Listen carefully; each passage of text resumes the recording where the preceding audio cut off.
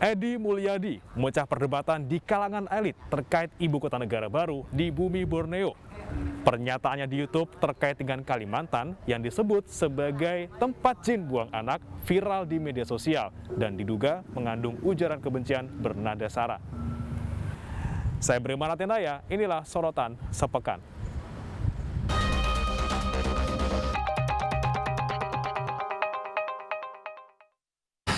Atas kegaduhan yang ditimbulkannya, Edi pun meminta maaf.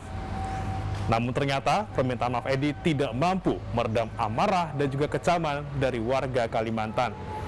Polisi pun memanggilnya untuk diperiksa pada Jumat lalu, namun ia mangkir.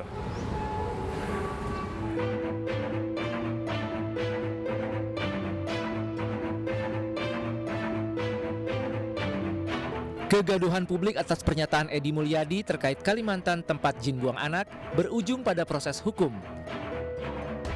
Tak tanggung-tanggung, Edi mendapat 3 laporan polisi di beberapa tempat, antara lain di Bareskrim Polri, Polda Kalimantan Timur, dan Polda Sulawesi Utara.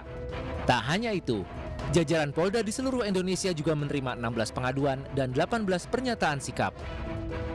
Mabes Polri bergerak cepat mengambil alih kasus dugaan ujaran kebencian ini. Dalam waktu singkat, polisi menaikkan status dari penyelidikan ke penyidikan. Sebanyak 38 saksi termasuk saksi ahli telah diperiksa. Namun pada saat pemanggilan pertama sebagai saksi di Bareskrim Polri Jumat kemarin, Edi Mulyadi tidak hadir. Menurut kuasa hukum Edi yang mewakili, pihaknya keberatan terhadap proses pemanggilan yang dilakukan Mabes Polri. Nah, kami sudah jelasin, surat kami itu sudah kami jelasin kepada penyidik bahwa ketidakhadiran Pak Edi, ya, pertama masalah peraturan hukum. Artinya ada KUHP yang mengatur bahwa pemanggilan itu tidak boleh terburu-buru, minimal 3 hari. Nah, prosedur pemanggilan yang dilakukan oleh Mabes kan 2 hari. Artinya itu ada prosedur yang dilanggar. Yang kedua, surat pemanggilan itu sendiri tidak menjelaskan peristiwa apa yang terjadi. Menerbitkan surat panggilan kedua dan disertai surat perintah membawa untuk hadir pada tanggal 31 Januari 2022 hari Senin nanti jam 10.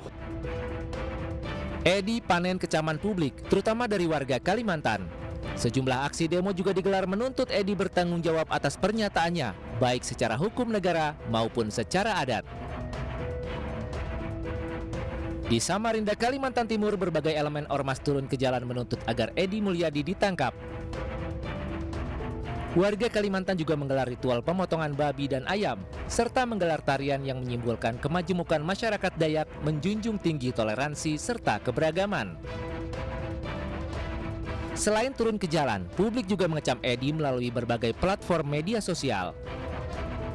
Jangan pernah sebut-sebut nama daerah lah, apalagi Kalimantan. Kalimantan tidak pernah membuat ulah. Catat itu. Karena orang Kalimantan tidak pernah meminta ibu kota pindah.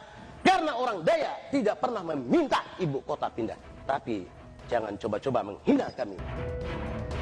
Di saat kegaduhan publik melanda akibat celoteh Edi Mulyadi, Sekjen DPR diam-diam telah menyerahkan draft Undang-Undang Ibu Kota Negara kepada Presiden untuk direvisi dan ditandatangani. Setelah ditandatangani, kita bisa lanjut untuk membahas peraturan turunan selanjutnya. Kami berharap undang-undang ini dapat menjadi solusi yang konkret untuk masalah bangsa kita. Kasus dugaan ujaran kebencian Edi Mulyadi terkait polemik ibu kota negara baru menjadi pelajaran agar kasus bernada sara, apalagi sampai menyangkut hukum adat, dapat dihindari. Tim Liputan iNews melaporkan.